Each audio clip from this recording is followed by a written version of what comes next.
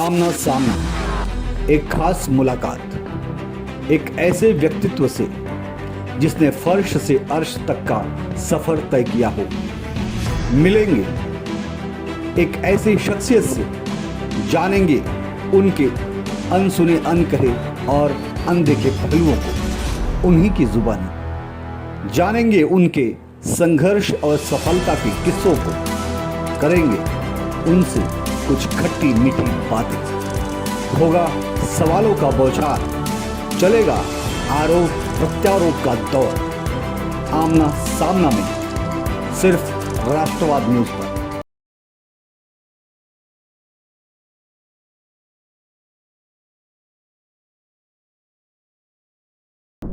तो सर, अगर मैं हेल्थ सेक्टर की बात करना चाहूँ और उसमें हम देखते हैं कि कोविड के दौरान और उस परिस्थिति में जिस तरीके से हमारे सारे हेल्थ सेक्टर ने काम किया और जिस तरीके से हमारे देश के प्रधानमंत्री जी ने उनका उत्साह बढ़ाया, तो उस बारे में आप क्या कहना चाहेंगे? देखिए, जहां तक हेल्थ सेक्टर की बात है, आपने बहुत सही मुद्दा स्वयं ही उपस्थित किया। कोविड काल का यह संकट सिर्फ हिंदुस्तान पर था ऐसा नहीं, पूरे विश्व पर एक संकट था। पूरी दुनिया को यह समझ में नहीं आ रहा था इस वक्त क्या किया जाए। चारों तरफ अंधेरा ही अंधेरा दिख रहा था। मैंने अभी पहले ही एक विषय में आपको बताया कि इटली जैसा देश दो हेल्थ सुविधा उपलब्ध कराने में दुनिया का दूसरा और तीसरा क्रमांक का देश माना जाता था, वहां पर भी त्राहिमाम हो गया। उनको भी समझ में नहीं आ रहा था, उनकी भी हालत खराब हो गई थी। लेकिन ऐसे वक्त पर आदरणीय नरेंद्र मोदी जी ने देश के 130 करोड़ नागरिकों को, उनको अपना परिवार बनाकर उनको मार्गदर्शन किया, उनके मनोबल को बढ़ाया, उनको कहीं डरने नहीं दिया, डिगने नहीं दिया। उनके ऊपर कंधे पे हाथ रखकर उनको एक आश्वासन दिया कि नहीं, मैं आपके साथ हूं, सारा देश आपके साथ है। और उस वक्त कोविड की वैक्सीन हमने स्वदेशी वैक्सीन बनाई, पूरे देश को दी। पूरे देश के साथ दुनिया के अनेक देशों को भी हमने वैक्सीन प्रदान कराई। ये बहुत बड़ा अचीवमेंट था हिंदुस्तान का हेल्थ सेक्टर के अंदर। मैं तो कहूंगा ये 9 साल का नहीं, पिछले 100 सालों में ये सबसे बड़ी उपलब्धि रही होगी कि अपने कोविड जैसे जो एक तरह की महामारी थी उसका हमने वैक्सीन बनाया आदरणीय नरेंद्र मोदी जी के नेतृत्व में। 220 करोड़ लोगों को हमने वो वैक्सीन प्रदान की। ये मामूली बात है, ये बहुत बड़ी बात है। अफरा तफरी में मचा हुआ छोटा सा देश नहीं है भारत साहब। करोड़, 2 करोड़, 5 करोड़ का देश था, वो लोग की भी हालत खराब हो गई। 130 करोड़ क्या होता है? अलग अलग धर्म के लोग, अलग अलग रीतियां, अलग अलग रिवाज, लेकिन वहां पे किस तरह से क्वारंटाइन सेंटर बनाना, किस तरह से कोविड सेंटर बनाना, किस तरह से वहां पे वैक्सीनेशन सेंटर बनाना, लोग जबकि किसी को कोई छूने को तैयार नहीं था। अरे खुद के घर में कोई एक्सपायर हो गया था तो भी लोग, बाप बेटे का मुंह नहीं देख पा रहा था, बेटा बाप का नहीं मुंह देख पा रहा था। कैसी एकदम दयनीय अवस्था थी उस वक्त। लेकिन उस वक्त देश को, देश के नागरिकों को संबल देने का काम किसी ने किया तो वो आदरणीय नरेंद्र मोदी जी ने किया। अब ओवरऑल हम बात करें आयुष्मान भारत के रूप में जो नया स्कीम लाया गया है, तो आयुष्मान भारत के तहत 4.54 करोड़ लोगों को अस्पताल में अभी तक भर्ती किया गया। वो कार्ड अभी भी दिया जा रहा है लोगों को।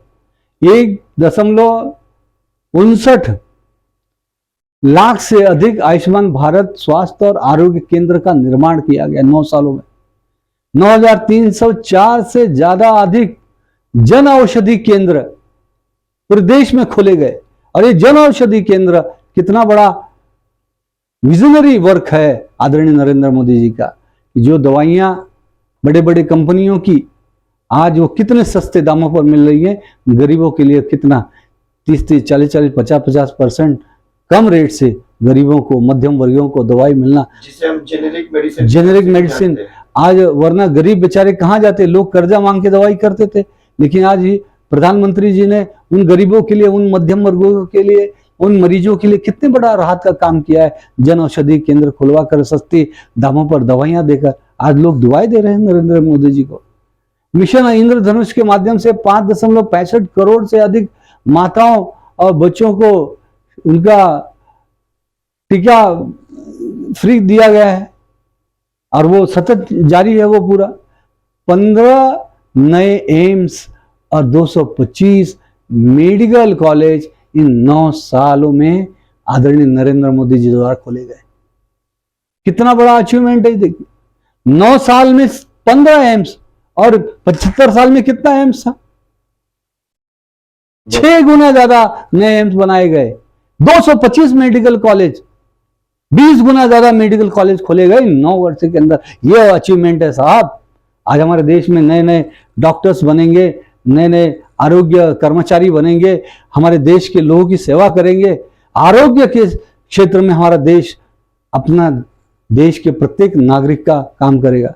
और देखिए, भारतीय जनता पार्टी की तो विचारधारा रही, पंडित दीनदयाल उपाध्याय जी ने यह मंत्र दिया अंत्योदय का।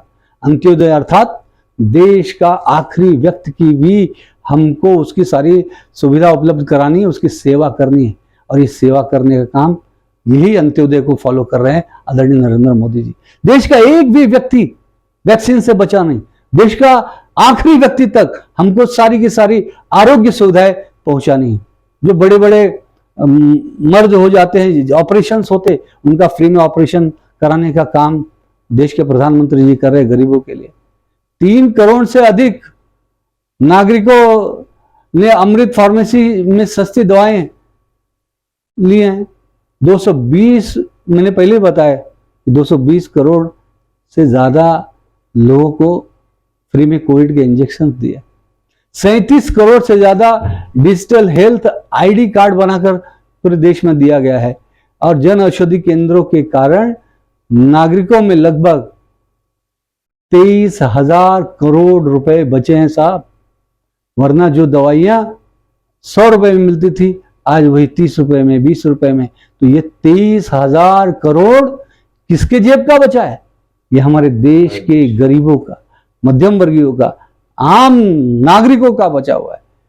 तो ये इतनी बड़ी उपलब्धि देश के प्रधानमंत्री ने, तभी तो पूरा देश उनको अपना एक बेटे के रूप में स्वीकार किया हुआ है कि ये हमारा बेटा है, हमारा भाई है, भारत माता का सपूत है, जो भारत माता को हर क्षेत्र में विश्व गुरु बनाने के लिए आज 9 सालों में एक भी छुट्टी नरेंद्र मोदी जी ने नहीं लिया। मुझे पता है कोई एक ऐसा प्रधानमंत्री हो जो कभी बिना छुट्टी लिए घर पर आराम किए देश का काम किया हो, प्रधानमंत्री का काम किया हो। देश के ये पहले प्रधानमंत्री हैं आदरणीय नरेंद्र मोदी जी, जिन्होंने जो कभी 3 घंटा 4 घंटे से ज्यादा सोते नहीं, आज 20-20 घंटा देश की सेवा में सेवक के रूप में काम कर रहे हैं बिना छुट्टी लिए। कोई त्योहार नहीं मनाते, दिवाली भी मनाते तो देश के सैनिकों के साथ। वो देव पुरुष हैं साहब।